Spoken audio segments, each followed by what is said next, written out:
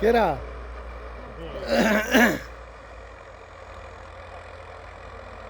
इसी फसल का मौका शुरू थी कैसे ही 12 गाहियां पैन माशाल्लाह हर बंदा अपनी रोजी कमंदा पे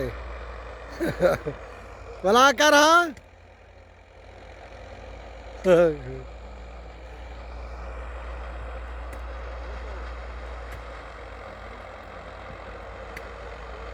थ्रेशर लगी खड़ी थी बाहर गांधी पिए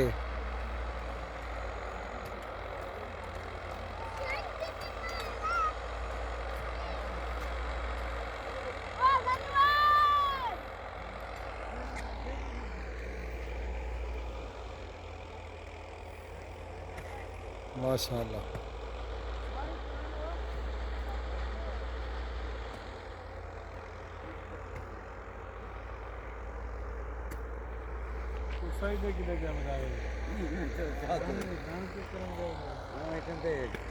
अस्सलाम वालेकुम। क्या हाल है? ठीक है। क्या करें ना वधी माशाल्लाह जिम्मेदार हैं बाबा हैं चौकी गाही वधी की में भी गाल आना पे सुनी सुन भाई